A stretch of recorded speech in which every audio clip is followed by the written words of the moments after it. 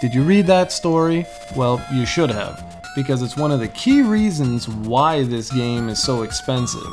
You play as the severed head of the samurai Namakubi. Now get this, the North American version actually added that decapitated head, because actually in the Japanese version, you play as a giant Tengu mask from Japanese folklore. Now that's pretty intense for an NES game, especially when you think of how strict Nintendo's censorship rules were back in the early 90s. And this game was released in North America in January 1991, and the Japanese version hit a month earlier in December 1990. Now, you know, how a game like this was ever able to make it to release, I honestly have no clue.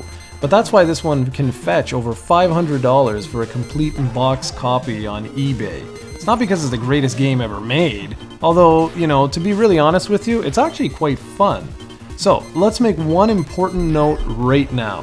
What you're seeing here was taken directly from the NES cart. No ROM or emulation here.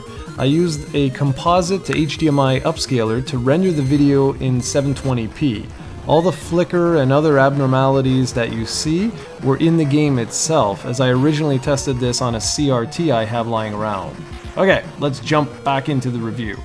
Zombie Nation is actually a shoot 'em up that blends Rampage into the mix for whatever reason. It's extremely unique, although because you're so large, I find it very easy to get hit by pretty much everything. With enough practice though, I'm pretty sure the game wouldn't be too challenging. Although if you're looking for a challenge right away, you set the difficulty to hard before you select your stage. Overall, this is a pretty simple game, as a lot of NES games were back then. You select one of 4 stages, and I like the fact that you can select which stage you want to start with. You select your difficulty and pretty much try and survive. Most stages are made up of 2 areas before tackling the stage boss. Along the way, you dodge all enemy bullets, lightning, lasers, and what have you. You also have to destroy all the buildings you see because, well, that's where zombie hostages reside. And those are required for powering up your various weapons. More on that in just a sec. Complete all 4 stages and you take on Dark Seed itself. Now for the specifics, notice that all the heads on the lower left-hand portion of the screen, that's your life gauge. Get hit enough times and it's game over. Thankfully, you can continue up to 6 times, more if you rake in enough points, but no matter how well you perform, you can never have more than 9 continues. And the only way to actually heal yourself is by earning points. 10,000 points nets you 3 extra heads. To advance your weapon level, you have to constantly rescue zombie hostages, which is done by blowing up buildings and everything else you happen to see. Look close, and you'll see them in the video as they leap out of the buildings screaming for help. And all you gotta do is touch them and they're rescued. At first I thought the giant head was actually eating these guys, but alas no. Anyway, for every 5 zombies you rescue, your weapon advances 1 level.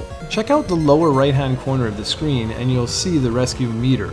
Notice that after I rescue each new zombie, the position of the little dude moves ever so closer to the flag. And like I said, rescue 5 in a row and you unlock the next weapon upgrade, which goes in the order of the double shot, triple shot, and finally the smart bomb, which destroys everything on the screen.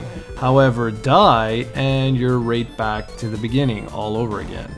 I never played this game before, so the footage you're seeing here is actually my very first attempt, so yeah, I kinda suck. But that's okay, I really wanted to see how the game held up and to show you the footage as I played it for the very first time. And honestly, from a technical standpoint, this is a very impressive game. Notice how many objects are on the screen at any given time, plus all the environmental damage I do, and yet the frame rate almost never drops. And that's shocking considering how often NES games suffered from severe slowdown. I mean, anyone remember Double Dragon? You could only have like, what, 3 characters on the screen at once and there was like tons of flicker.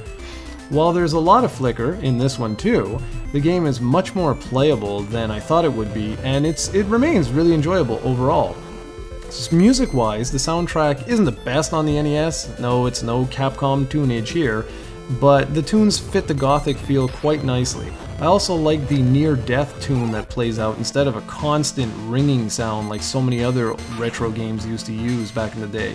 This is much less painful on the ears.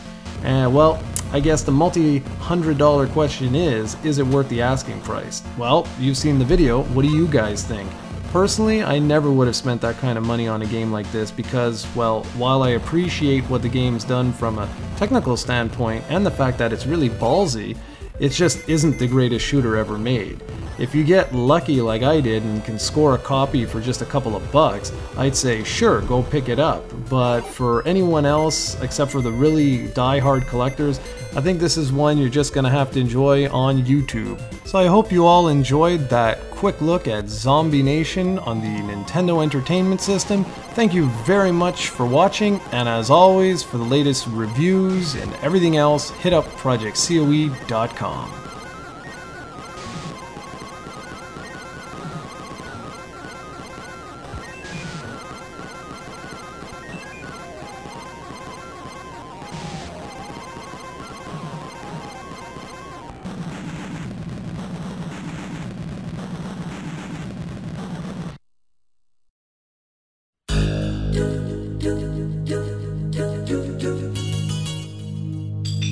Do